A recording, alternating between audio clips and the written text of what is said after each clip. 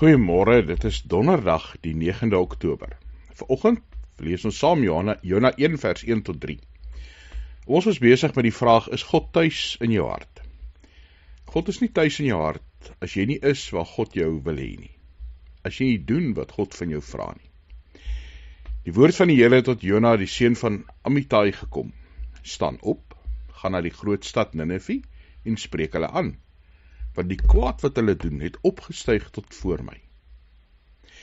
Maar die Jona het opgestaan om na Tarsis te vlug, in die teenwoordigheid van die Here af.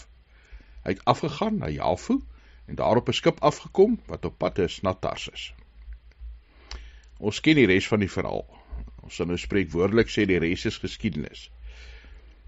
As ons wil praat van 'n profeet wat nie wil doen wat die Here sê nie, wat vlug, wat sommer weghardloop, dan is dit Jona. Maar hoeveel keer is dit nie ook ons nie? Weet ons wat God vra dat ons dit moet doen, maar ons doen dit nie. Partykeer het ons verskonings, partykeer het ons maniere om dit te vermy, partykeer ignoreer ons bloot net dit wat die Heilige Gees van ons vra.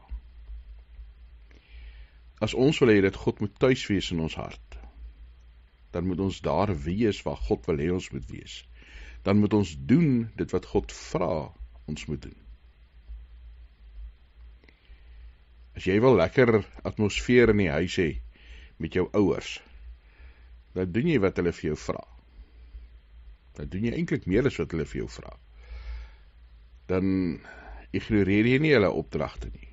Want die oomblik wat jy dit doen, gaan daar 'n baie moeilike atmosfeer in die huis wees. Bly ons nie meer lekker saam nie, is ons nie meer lekker tuis nie, want ons is skielik ongemaklik met mekaar. Mag die Here tuis wees in ons harte, mag ons doen wat hy van ons vra, wees waar hy ons heen stuur. Hemelse Vader, U is die een wat ons geskep het, die een wat ons gemaak het, ja, ons Vader. Here, mag ons altyd harte hê waar U tuis is. Mag ons doen wat U vir ons vra. Gaan, Here, waar U ons stuur en gehoorsaam wees aan U stem. Ons kan so maklik verskonings uitdink en so maklik bloot net nie doen dat ons moet nie. Vergewe ons daarvoor. En Here, maak ons getrou aan U woord en aan U opdrag. Ons bid, Here, dat U tuis sal wees in ons harte, dat 'n woning sal vind wat vir U aangenaam is.